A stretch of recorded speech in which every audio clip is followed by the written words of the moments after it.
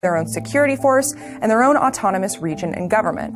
So who are the Kurds, and what do we know about them? Let's start by looking at a map of Iraq. The Kurds live in this area, which makes them seem like a small group, but if you pull back, you see that the Kurdish people actually live across a large continuous block of the Middle East that spreads across Iran, Iraq, Syria, and Turkey. It's commonly known as Kurdistan.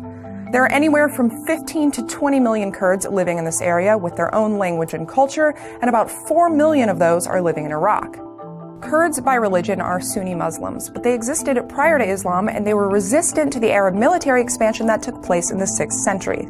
In order to create the first Sunni Caliph all those years ago, Arab forces had to defeat many different Kurdish princes and feudal groups. So as a result, Kurds don't self-identify as Arabs the way that most Sunnis and Shias do. Again, this all started in the 6th century, and to say the least, modern history has not been kind to the Kurds. In 1920, the Ottoman Empire fell, which resulted in the Treaty of Sèvres. This formed the nations of Iraq, Syria, and Kuwait, and it was supposed to leave the option open for a Kurdish nation, but that didn't happen, largely because Turkey, Iran, Syria, and Iraq refused to recognize Kurdish independence.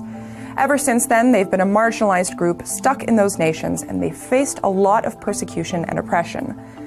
After the Iran-Iraq war, where the Kurds sided with Iran, Saddam Hussein destroyed entire Kurdish villages and used chemical weapons against the Kurdish people. Now, after all those years of struggle, the Kurds finally have military and administrative control over parts of Iraq and Syria. But the fighting in those countries isn't over yet, and stabilization, depending on who wins, may not be a good thing for Kurdish independence. Plus, the Kurds aren't just one united group looking to create an enormous Kurdish nation. They have numerous sub-factions and rifts. When you're talking about the Kurds in Iraq, you're talking about the Kurdistan Regional Government and their Peshmerga security forces. These are the people currently running the only autonomous region under Kurdish control. They're keeping the Kurds safe, and they have a record of assisting the U.S. with their war efforts in the area. The Peshmerga was the group that captured Saddam Hussein in 2003, and they also captured Osama bin Laden's messenger in 2000.